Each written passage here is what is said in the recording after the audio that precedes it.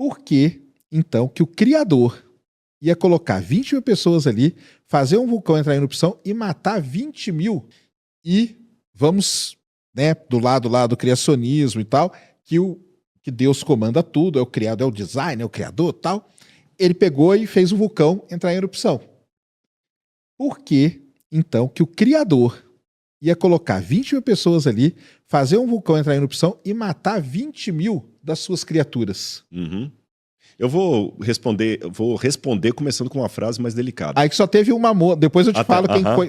Aí ninguém, quer responder a dela primeiro? Depois ninguém eu falo? conseguiu me explicar. Aí ela falou que tudo isso acontece, que eu acho que já acabou de falar aí quando você estava respondendo o menino, que tudo isso acontece depois da queda. Eu falei, nem sei o que é queda. Falei pra ela, eu não faço ideia do que você tá falando, entendeu? E aí ela explicou, não, que quando foi lá, comeu... né? Adão e Eva começou, exatamente. Tal. Mas qual que é a resposta sua? Eu vou começar a minha resposta até piorando o exemplo que você deu. Leucemia e criança na mesma frase. Agora que eu sou pai... Tem isso, né? Leucemia e criança na mesma oração, por mais que a gramática permita, você pode ser ateu, pode ser agnóstico, pode ser crente... Não dá para encarar. Mas assim, hoje a gente tem o conhecimento. A diferença é a seguinte: hoje a gente tem o conhecimento, a gente sabe que pode ter um distúrbio genético, que pode ter alguma coisa e tal, e que a partir do momento que você está vivo, né? Você nasceu ali, está vivo, você está predisposto a. Sim, mas se coisa. você coloca. Mas você quebra a ordem natural das coisas. Se você coloca Deus na jogada, mesmo hoje, com todo o conhecimento, a pergunta continua a mesma de Jó lá atrás, sabe? Como é que eu respondo isso? Veja bem, quando Deus resolveu criar, porque pelo meu modelo, vou usar essa expressão, Deus é antes do tempo, certo? Porque ele é eterno. Ele é antes do espaço, ele é antes da matéria, ele é antes da energia. Quando ele resolveu criar seres nesse universo, aí depois a gente pode discutir a questão se o universo é povoado ou se é só a Terra, né? Tem toda essa discussão aí. O fato é que ele escolheu criar seres inanimados, seres animados sem livre-arbítrio e seres animados com livre-arbítrio. Quando Deus escolheu seres animados com livre-arbítrio, ele já assumiu propositadamente um risco. Porque se eu crio seres com a possibilidade de ir para a direita ou para a esquerda, eu estou dando a chance deles não me obedecerem. E aí já tem um paradoxo de Deus. Lembrando uma notinha de rodapé. Deus não é contraditório, mas ele é paradoxal. E paradoxo é uma coisa que a gente convive bem com ela, seja na filosofia, seja na física quântica. O paradoxo. Falando de maneira bem simples, estou farto de não ter nada. Isso é um paradoxo. Então Deus é paradoxal. Deus, ele não tem nenhum ponto vulnerável, mas ele assume um ponto vulnerável, ele pode ser rejeitado. E outro ponto que Deus teve que assumir, como ele está acima de qualquer ser que ele cria, porque por ser onipotente, tem coisas que Deus não pode fazer. O conceito bíblico de onipotência não é o conceito popular de onipotência. Deus não pode criar a terceira margem do rio ou fazer um círculo quadrado. Se Deus criasse a terceira margem do rio ou fizesse um círculo quadrado, ele não seria onipotente, ele seria ilógico. Então, a vida que Deus cria, o universo que ele cria, também expõe a lógica do seu ser. Por isso que Deus não pode criar uma pedra que ele não possa carregar. Essa pergunta não faz sentido dentro da visão bíblica de um Deus. Só que ao criar esse universo que é menor do que ele, porque ele não tem como criar um exatamente como ele, Deus tem que fazer uma coisa para esse universo. Ele tem que se revelar para esse universo. E ao se revelar para esse universo, Deus pega alguns dos atributos que Deus tem e os suspende, não perde. E aí que entra aquilo que nós chamamos da Trindade. A pessoa que assume esse papel revelador da divindade é Jesus. É o Deus Filho. Então ele é Deus com o rosto. Então vou dar um exemplo para você. Vamos supor que eu tivesse uma Ferrari na minha casa. Uma Ferrari. Aí um dia você vai me visitar lá no NASP. Tá bom? E você me vê, você sabe que eu tenho a Ferrari, e você me vê andando a pé, conversando com, sei lá, com o Daniel que está aqui com a gente. Aí você para, Rodrigo, cara, eu vim visitar um museu aqui, vou no carro. Não, pode me esperar lá no museu que eu vou subir a pé com o Daniel. Por quê? Eu vi essa doença esses dias, dá uma gugada aí, gente, procura um GPT, fobia de carro. Acho que é draxofobia, se eu não me engano. Axofobia. Galera, se você descobrir o nome dessa doença, fobia de carro, ela existe. Coloca aí nos comentários. O Daniel tem fobia de carro. E o único jeito que eu tenho de conversar com ele, que ele tá precisando conversar comigo, é andando a pé com ele. Uhum. Aí você vira pra mim e fala assim, não faz sentido isso, cara. Você tem uma Ferrari, você tem que andar de Ferrari nesse sol quente? Eu falo, peraí. Se eu sou o dono da Ferrari, sou o dono bastante para usá-la E para não usar. ou para não usar. Eu não deixei de ser o dono da Ferrari, mas eu também não estou fingindo que estou andando a pé. Eu estou de fato subindo a pé com ele. Porque ele só pode andar comigo nesse sentido. Então, um Deus onisciente não teria como ter relação nenhuma conosco. Nenhum Deus onipresente. Onde é que Deus podia ir conosco se ele já está em toda parte? O que ele teria para conversar com a gente se ele já sabe tudo? O que ele teria para pedir para a gente se ele já sabe tudo? Então Deus, por amor desse universo que ele criou, ele pega alguns atributos dele, coloca na garagem para usar, e ele legitimamente, mesmo tendo a onisciência, perguntar, Adão, onde é que você estava?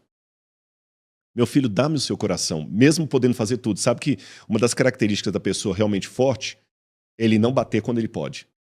Um cara que luta jiu-jitsu, que é patola, às vezes ele evita o confronto e eu que sou magrinho quero enfiar a mão na cara do cara. Você tá entendendo? O cara não, ele sabe. Ele sabe que se ele bater, ele vai destruir. Tipo, ele sabe a força que ele tem, né? E por ele saber, esse é o cara realmente poderoso. Ele não é obrigado a usá-la porque ele tem. Sim. Então esse Deus, ele já apresenta para esse universo de uma maneira diminuta. É a revelação. Martinho Lutero diz o seguinte, os homens usam máscara para esconder o rosto deles. Deus usa uma máscara para se revelar.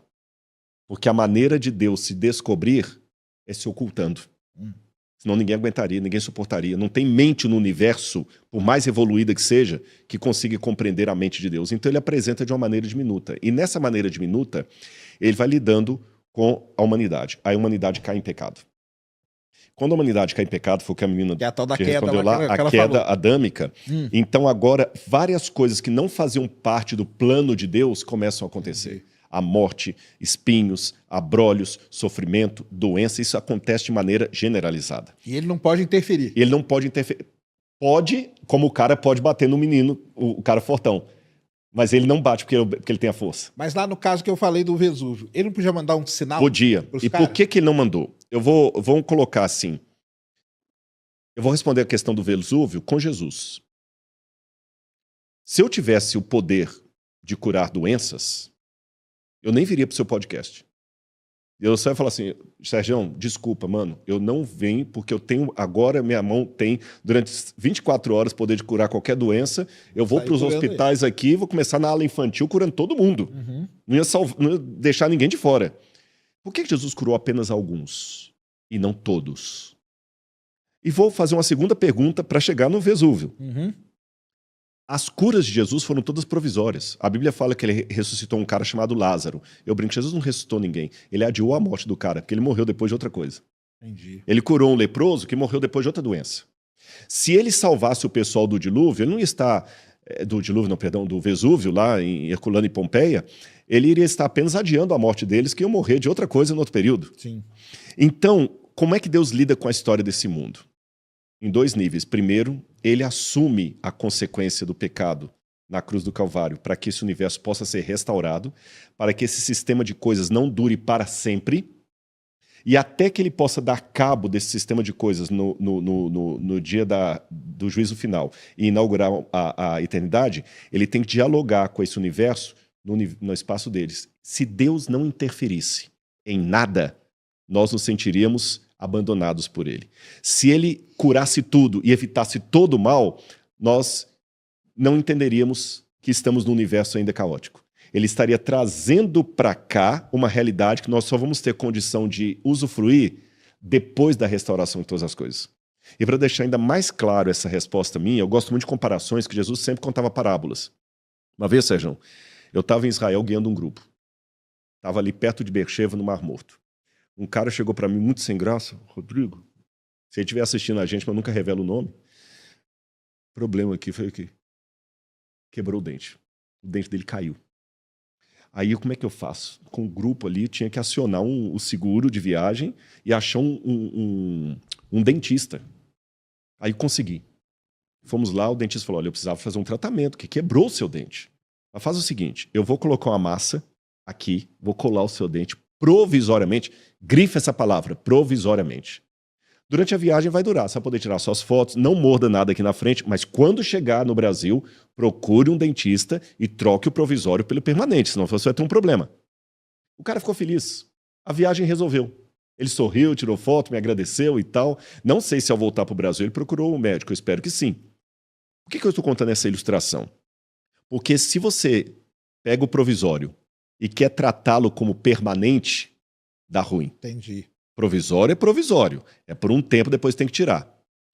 Então, os milagres que Cristo operou como amostra são provisórios, não são permanentes. Entendi. Querer tratá-los como permanente é trazer para cá uma situação que nós não estamos prontos. Então, se hoje ele saísse curando todo mundo, se não houvesse mais nenhuma morte, nenhum sofrimento, nenhum caos, nós teríamos um problema. Sabe qual, Sérgio? Nós ainda não estamos 100% restaurados. Imagina agora, com esses governos malucos que nós temos aí, uma briga de egos onde ninguém morre. Imagina uma briga de dinheiro que ninguém morre. Imagina um ódio onde ninguém morre. Imagina uma situação onde não tem sofrimento. E eu falo com você, depois de ter passado por uma depressão, muito do que eu tenho na minha vida hoje foi pela dor que eu passei. E pode ter certeza, Deus sofre com seus filhos. Ele não quer que aquilo aconteça, mas ele tem que impedir, não porque ele não tem capacidade de fazer nada, mas é porque Deus não duela com o seu caráter. Ele não duela com o seu caráter. Ele só vai poder restaurar todas as coisas quando o fim chegar. Posso terminar com uma história forte? Pode, claro. Eu estou diante de um ateu. E talvez muitos que seguem você também são ateus. Eu vou colocar um problema da fé aqui.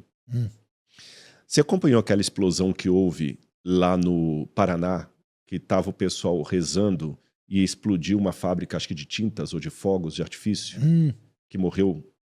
Na época estava tendo um escândalo político no Brasil, que eu nem lembro mais qual era, então essa matéria não ocupou tanto os tabloides. Mas eu lembro desse caso. E me chocou o seguinte, quase todo mundo morreu daqueles funcionários, inclusive um grupo que tinha o costume de rezar sempre antes do turno do trabalho.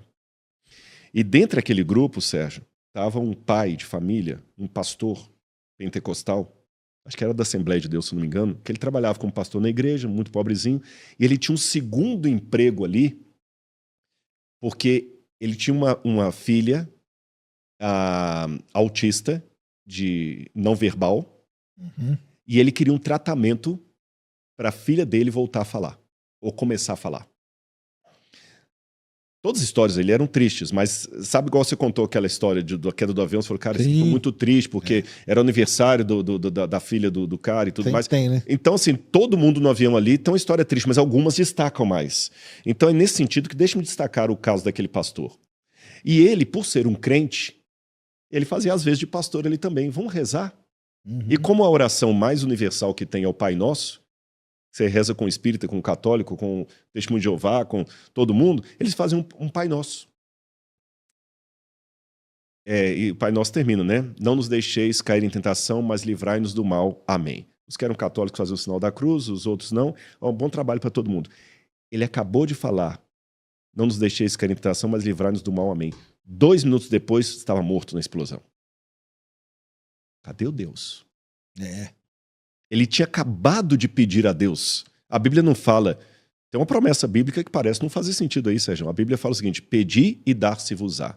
Batei e será aberto. Porque quem pede com fé, recebe. Aquele pai não recebeu. Mas calma.